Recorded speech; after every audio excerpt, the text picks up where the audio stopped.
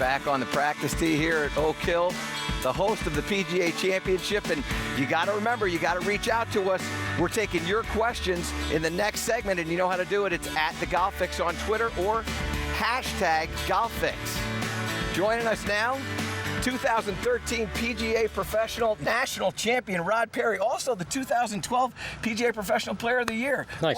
Quite a year you've had going on here, huh? It's been great. Yeah, I can imagine. So listen, we're going to talk a little bit about consistency with the iron play, and this a major championship for you. You've got to be consistent with your irons. You know that, obviously. And we're going to have a little assist here. We've got from Earnest Sports the ES12. This is a portable launch monitor here, very simple to use. We're going to hit some shots, and we're going to check and see if you're exactly right on your consistency with the strike. So share with us, if you will, the things that you work with your students at Crane Lakes down there in Florida. Tell us what you're working on. How do you teach them to be consistent? Yeah, you know, one of the real important things is, you know, especially as we watch all these great players here at Oak Hill, you know, they all good ball strikers hit the ball first.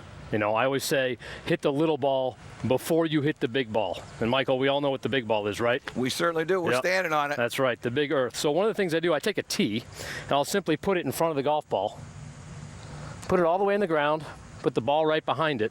And then what I try to get my students to do is create a descending angle of attack with irons only, and knock the tee out of the ground. Okay? So we'll get ball first, then tee. Hopefully the tee gets knocked out of the ground. Beautiful strike there, and 126 miles an hour of ball speed, 180. So that was a little strong for you. Typically, we're hitting your 7-iron. How far do you typically hit your 7-iron? About 170. Yeah, 170. So you're a little juiced up. Yeah, the camera's got you a little bit psyched up. Yeah, that was a beautiful strike right there. All right, let's show that again. And what I like too is that golf ball was behind that tee, and the divot started at the tee. So that shows that there was a nice strike down on that. Let's do that again. Yep. So we get ball first, little ball, then big ball. Knock the tee out of the ground, or at least move the tee.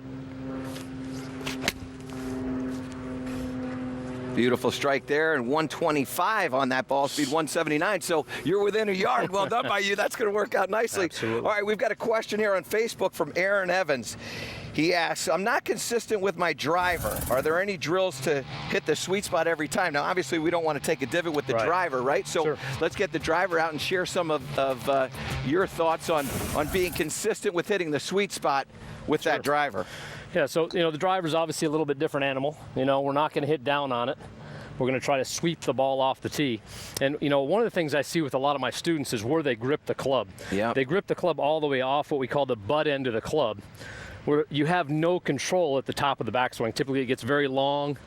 So go ahead, choke down a little bit. This last eighth inch of the grip is merely grip cap. Make sure that sticks out the back of the grip.